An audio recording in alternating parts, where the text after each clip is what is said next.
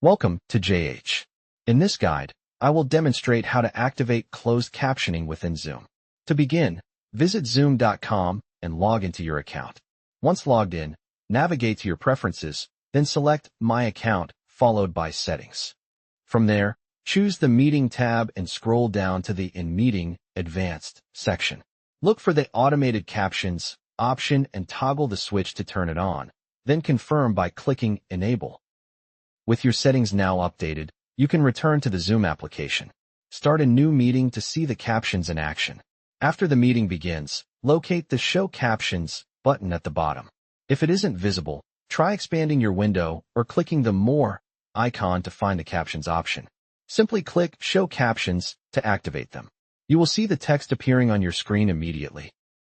By clicking the small arrow on the button, you can adjust the caption language. You can also access additional settings to customize the font size, color, style, or screen position to suit your needs. Thanks for watching. If this tutorial helped, please like and subscribe for more content. See you in the next one.